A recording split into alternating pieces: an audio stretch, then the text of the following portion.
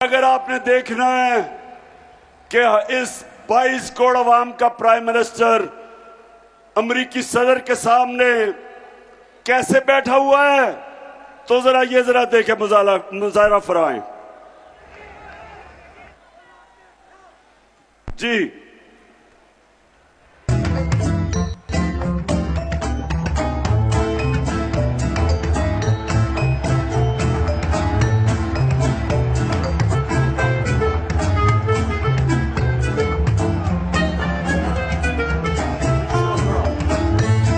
I thank you once again and look forward to welcoming you and Mr. Obama and Mrs. Obama in Pakistan. And Keema and Dal is waiting. अच्छा ये जरा अच्छा अब ये देखें कि हमारा वजीर आजम अमेरिका के एयरपोर्ट पे उससे क्या हो रहा है, ये जरा देखें। नहीं ओहो अरे बस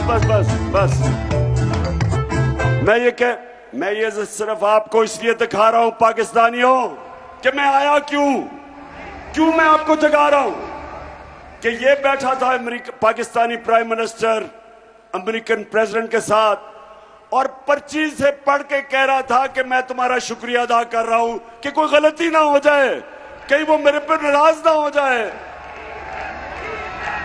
सो इसलिए अच्छा शहबाज शरीफ जब से आया है यहां ऐसे लोग बैठे थे जो समझते थे शहबाज शरीफ से ज्यादा अफलातून कोई आया ही नहीं दुनिया में। नादान लोग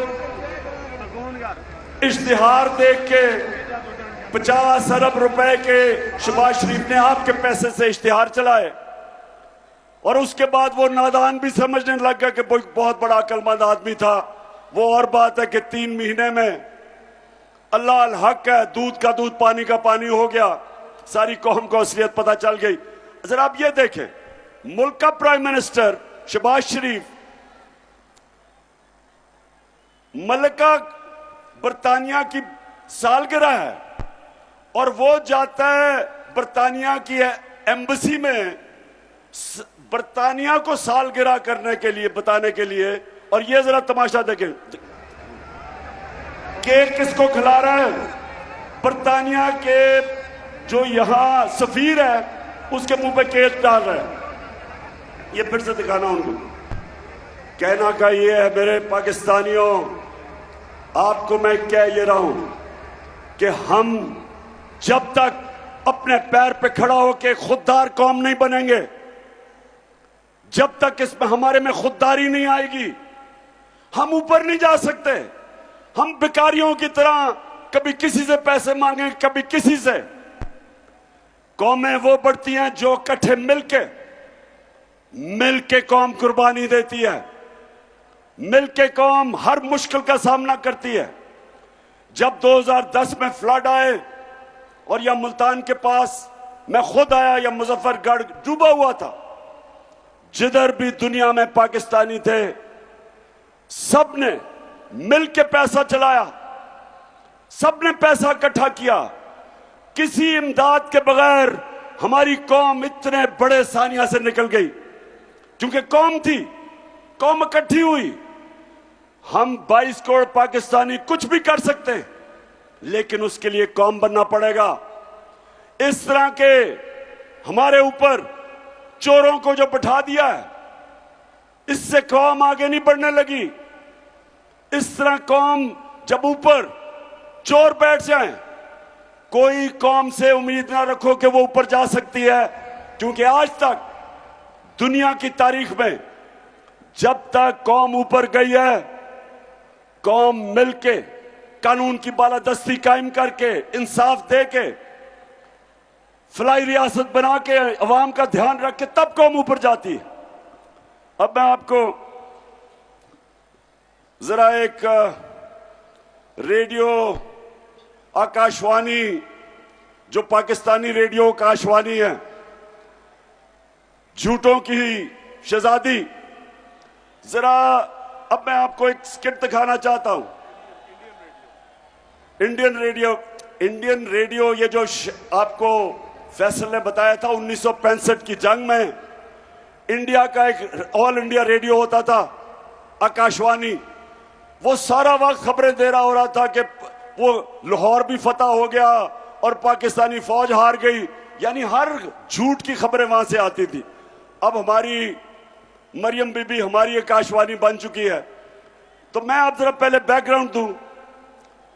इन्होंने इस मुल्क का पैसा चोरी करके शरीफ खानदान ने, नवाज शरीफ ने, लंदन के सबसे महंगे इलाके में, मेफेयर, मैं लंदन जानता हूं, लंदन सारा यूरोप में सबसे महंगा शहर है, उसके महंगे इलाके में इन्होंने 4 बड़े महल्लात खरीदे।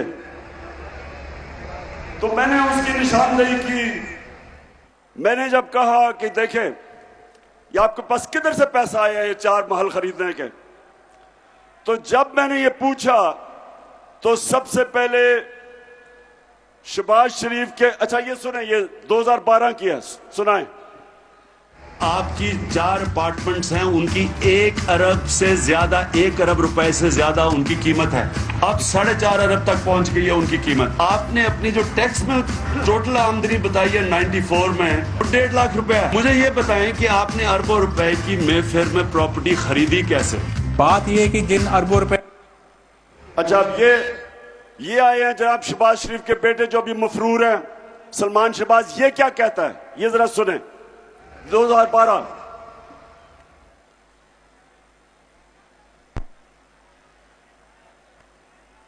बात यह है कि जिन अरबों रुपए की मेफेयर की प्रॉपर्टीज की ये बात कर रहे हैं, ये तो पहले पता नहीं है। बताएं कौन सी प्रॉपर्टीज है, लाएं, दिखाएं, उसका कोई प्रूफ लाएं।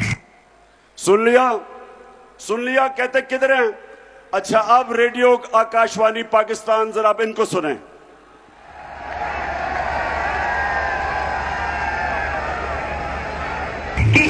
इस तरह मुझे लगा कि आप लोगों को बेवकूफ नहीं बना सकते। मेरी सेंट्रल लंदन में प्रॉपर्टीज तो दूर की बात है, मेरी पाकिस्तान में भी कोई प्रॉपर्टी नहीं है। मैं अपने वालिद के साथ है और मुझे समझ नहीं आई कि मेरी और मेरी वालदा की और बहन भाइयों की प्रॉपर्टीज ये कहाँ से निकाल के ले आए हैं। सुना ये पहले इसको कोर्ट में तो लेके जाए, जिस तरह का पेपर ये आपके सामने। अच्छा अब कि ये किधर से निकाल के ले आए मेरी भाइयों की और वालदा की प्रॉपर्टीज? अब इनको नहीं पता था मरियम को कि 2 साल के बाद एक इंटरनेशनल बैनुल-अक़वामी इंकशाफ होगा जिसको कहते थे पैनामा पेपर्स। दुनिया में जो छुपाए हुए थे, दुनिया के मुल्क में बड़े बड़े वजीरों ने, वजीर आजम ने प्रॉपर्टीज छुपाई हुई थी, वो इंकशाफ हो गया, उसको पैनामा पेपर्स कहते थे। जब वो इंकशाफ हुआ तो इनके भाई हुसैन नवाज से जब पूछा गया कि जनाब ये वाकई आपकी प्रॉपर्टीज हैं, मरियम बीबी तो कहती है हमारी कोई लंदन छोड़ो पाकिस्तान में भी प्रॉपर्टी नहीं है। तो अब सुने वो क्या कहता है।